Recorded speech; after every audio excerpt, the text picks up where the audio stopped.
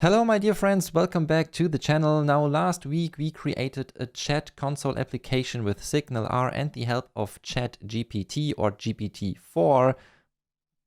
And this was pretty amazing because we did it in maybe just 10 minutes. So please have a look if you want to know how we did this. But today your request was to create the client application for that SignalR chat application on the chat server with Angular. So today let's do pretty much the same thing just with Angular. But before we start, if you learned something and like this tutorial, I would really appreciate it if you click the like button, maybe even subscribe to the channel. It does make a difference. Thank you very much for that. And now let's start with the tutorial. And here is already the prompt. I would like to build a chat app with .NET 7, SignalR and Angular 16. Any ideas how to do that? Certainly GPT always has the right idea to do that. And the first thing we have to do are some prerequisites. Of course, we have to install .NET 7, the .NET 7 SDK.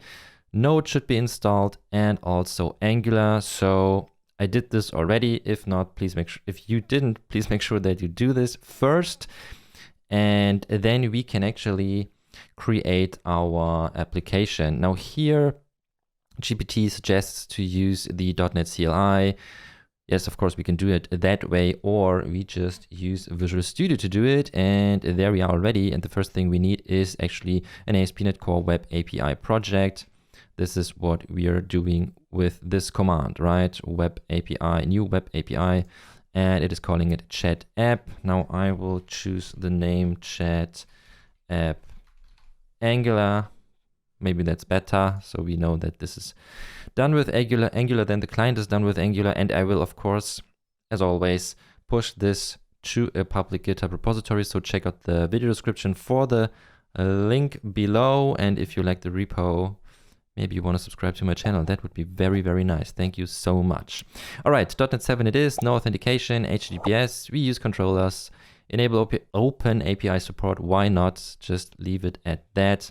We hit create, and there is our web API. Now again, we can use the .NET CLI, of course, for the next steps, which is installing this package here. So one very important step is to actually install the SignalR NuGet package.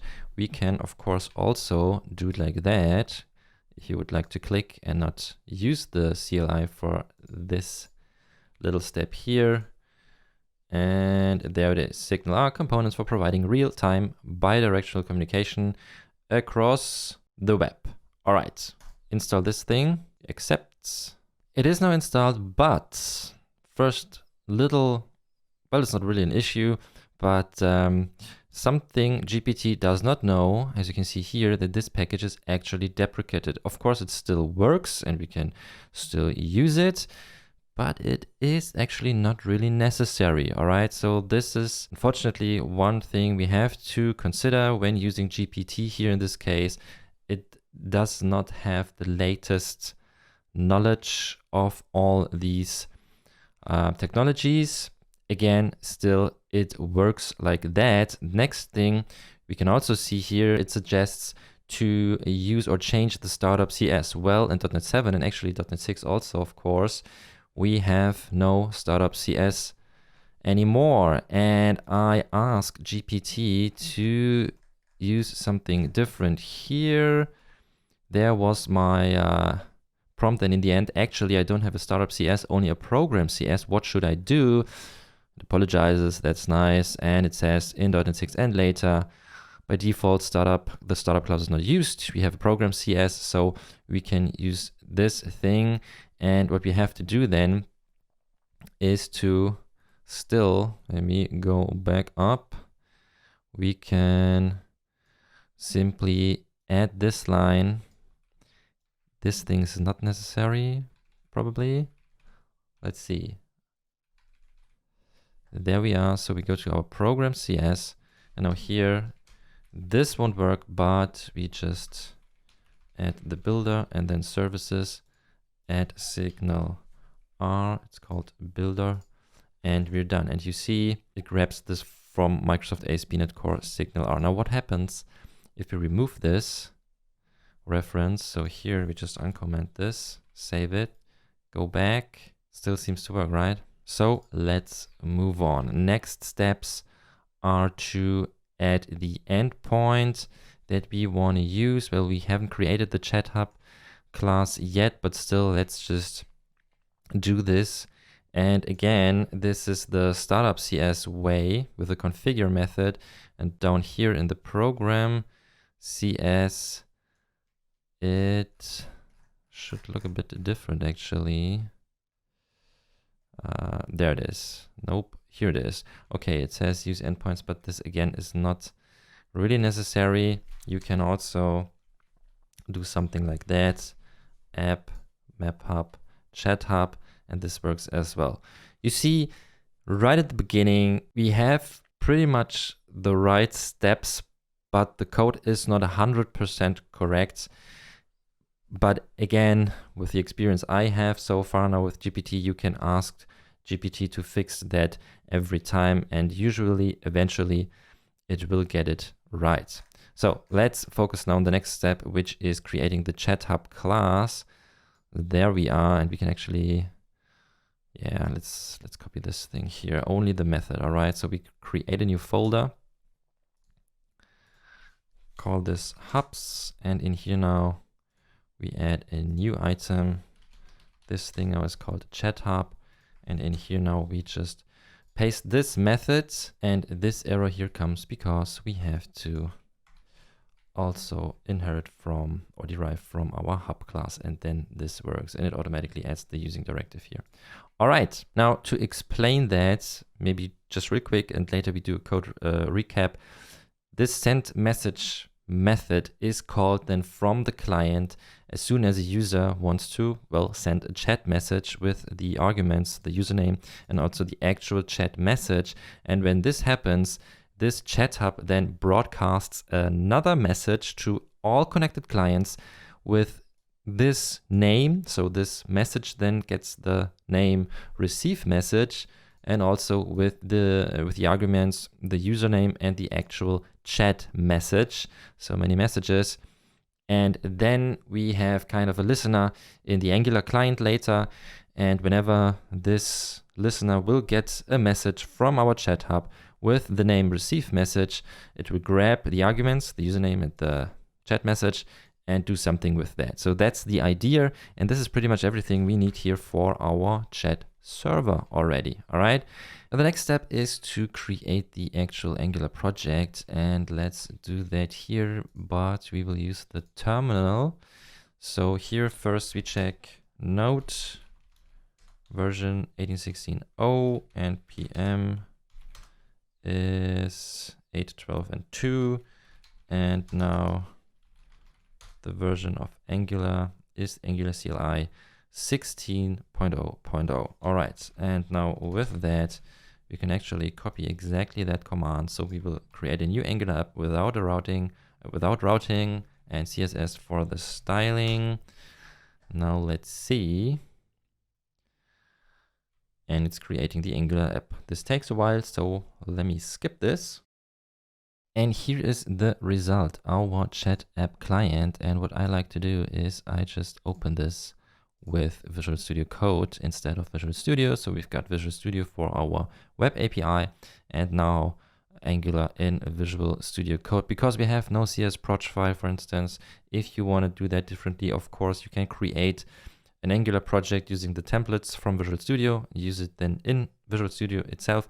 But if you're doing it with the CLI, I think still the maybe easier option is to use Visual Studio Code instead. So here's our project, and now I would say we continue implementing the client. So first thing we need is the SignalR package. So we open the terminal and just paste this command, and this package will be installed.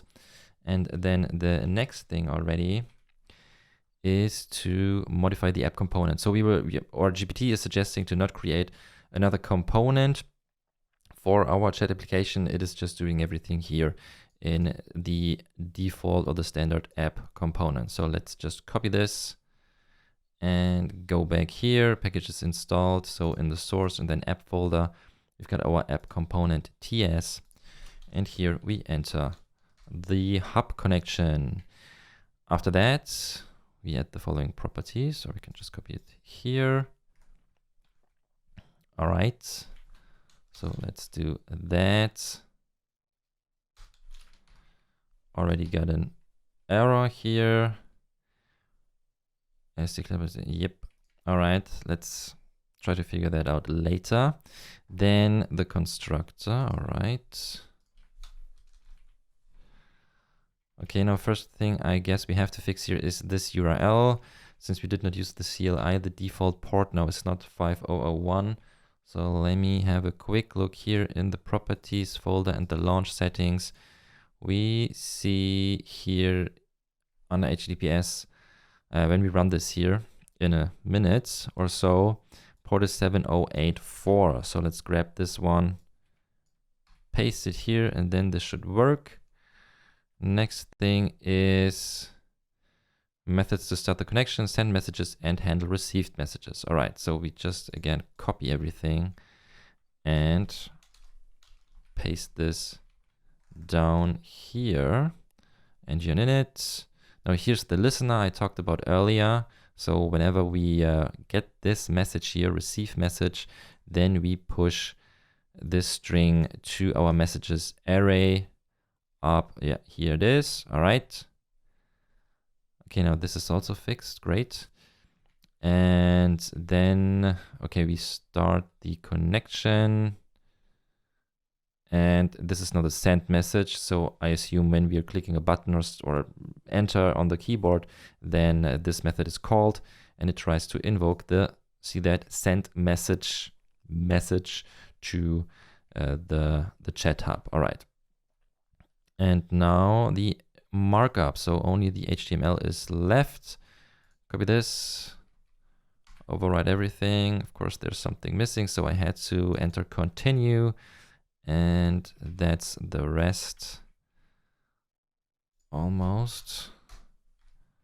Something like that, I guess.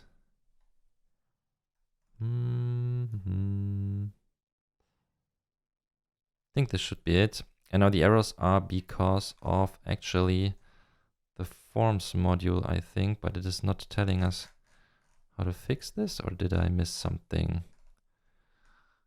We have the hub connection and the parameter, the properties here, signal hub connection, the methods, HTML, and then it is continuing with course. This is, of course, something we have to do. So yeah, why not? We can do this as well. Again, we have no startup here, so no configure services method. I told you that I asked GPT to fix that. So here now we see the correct implementation actually. So let me just go back real quick to the program CS. And for instance, up here now we can add our course policy. So meaning, if you're not familiar with cross-origin resource sharing, this means that the base URL here, localhost 4200 and localhost, what was it, 7084, I think, is not the same. So this won't work just for security reasons. But here now we tell our web API, everything's fine. Just allow any request methods, any header, any credentials that are coming from 4200, and they are allowed to access our chat hub in essence. Real short explanation, I guess. Okay, and also, yep, that's what I was looking for. We have to add this little line, and we can actually add it, let's say down here. We use this course policy, and here we need to add our using directive for the chat hub. Okay, so this looks good, I think. Now here's the complete thing. All right, and here now it's telling us to run everything, but this won't work. So let's see. Let's just try to run this. Okay, we've got Open API, Swagger, not really necessary here. And this will not work. Definitely not work. We already see the errors here, but let's just see what the errors are. Or let me just save everything first. And now try ngserve, because what I plan to do is to just copy and paste the error to GPT. And I hope that GPT will do its magic then.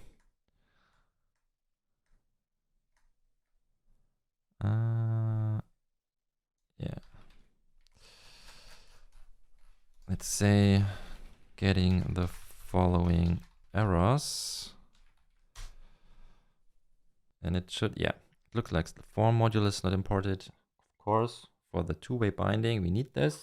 So let's just copy this, and in the app module now, we add this line and also the forms module to the imports. And that's the complete code. Remove the user and message template variables. Okay. All right, let's copy this. And now this should work. Let's see. We just paste everything again. Save everything. Is it rebuilding? No, it's not. All right. Oh, yeah. ngserve, or maybe already with open. Okay, now this still does not seem to work. Getting this error here.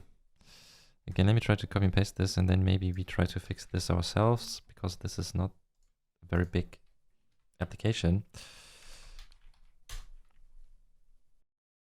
Okay, let's try that, but actually it does look exactly the same.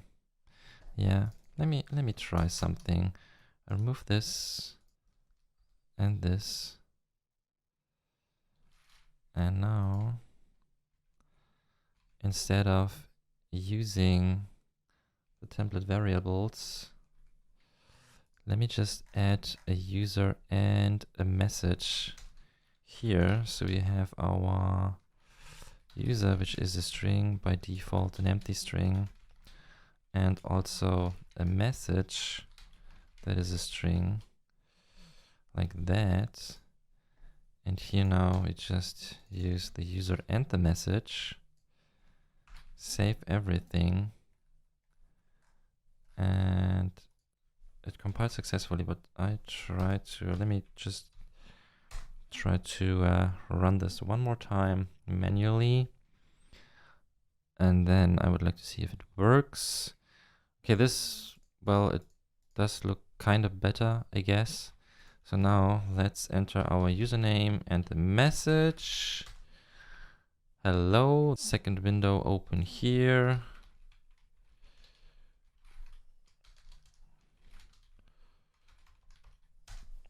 Hey, what's up? We're getting the message. All right. And then Joel says something like nothing. And Ellie also gets the message. Okay, so this worked, but we have to definitely talk about that. First thing you see, it would not work if you have no knowledge at all regarding the .NET Web API or Angular. So you really have to know what's going on there, kind of, or at least a little experience. You should have a little experience here. And then I think you can fix this manually. Still, it's a great start to do this. Actually, with .NET alone, in my other video with the console application, this worked extremely well. But with Angular, GPT seems to have some problems. I don't know why. Tried it before. I got different solutions from GPT-4, and then I decided to use this solution here. But it really bothers me that it's not able to fix this here. So maybe we can just ask, could you use properties for the user and the message instead? And what is GPT then suggesting? But you see, to write this prompt, again, you have to know what you actually want to do, and you have to know what's going on there. So now it is pretty much doing something similar that I did, added the user and the message, and then it changed the send message method. Let's have a quick look. Yeah, could do it like that, of course. And then, where is it? That's the updated app component. it is setting the message to an empty string again here after sending the message. And then in the HTML, this is the new one without the arguments here. Let's try that as well. I think it is a better way to do it like that. So here I changed the send message now to use the actual properties here. And then we also can now, I think, copy paste the complete HTML here. Save this again. It is rebuilding. And now, let's say, now we should get the message already. Hello. Yep, this worked. Worked. Yeah, nice. All right, so this works now.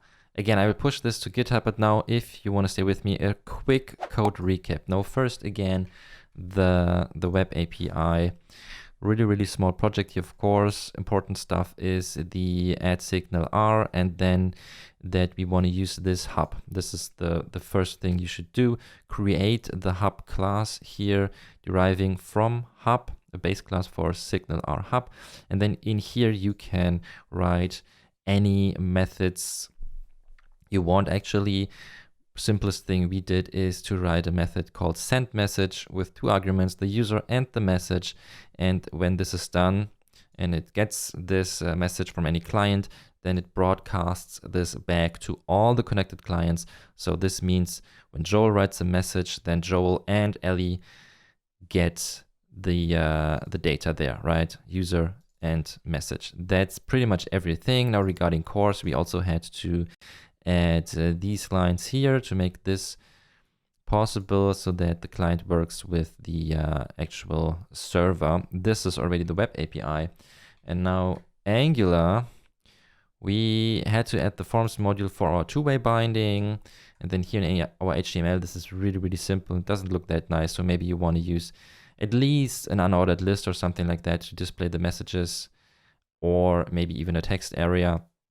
Check out this video here in the info card for my older video about that done with Blazor. But if you want me to do this with GPT-4 and Blazor together with the SignalR web API, then let me know that in the comments below, please, and then I'm happy to do this as well.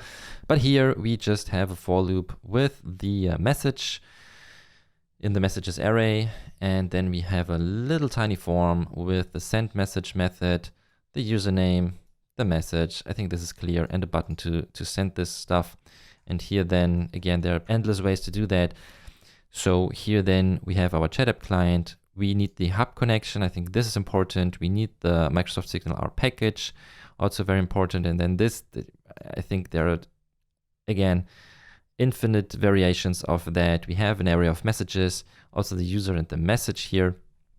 And the first thing is we connect to our chat hub, and then here the listener for the receive message messages with the user and the actual chat message, and then we push this, and when this is done, we see our messages here, of course. This is just the listener, then we start the connection, and then here also very important, the send message method to, well, tell the chat hub, the chat server, whatever, to broadcast this new data to all the connected clients. So I hope you learned something. If so, I would really appreciate it if you hit the like button, maybe even subscribe to my channel. Thank you very much for that. Again, code is available on GitHub. Check out the video description below. Thank you very much for watching, and I hope I see you next time. Take care.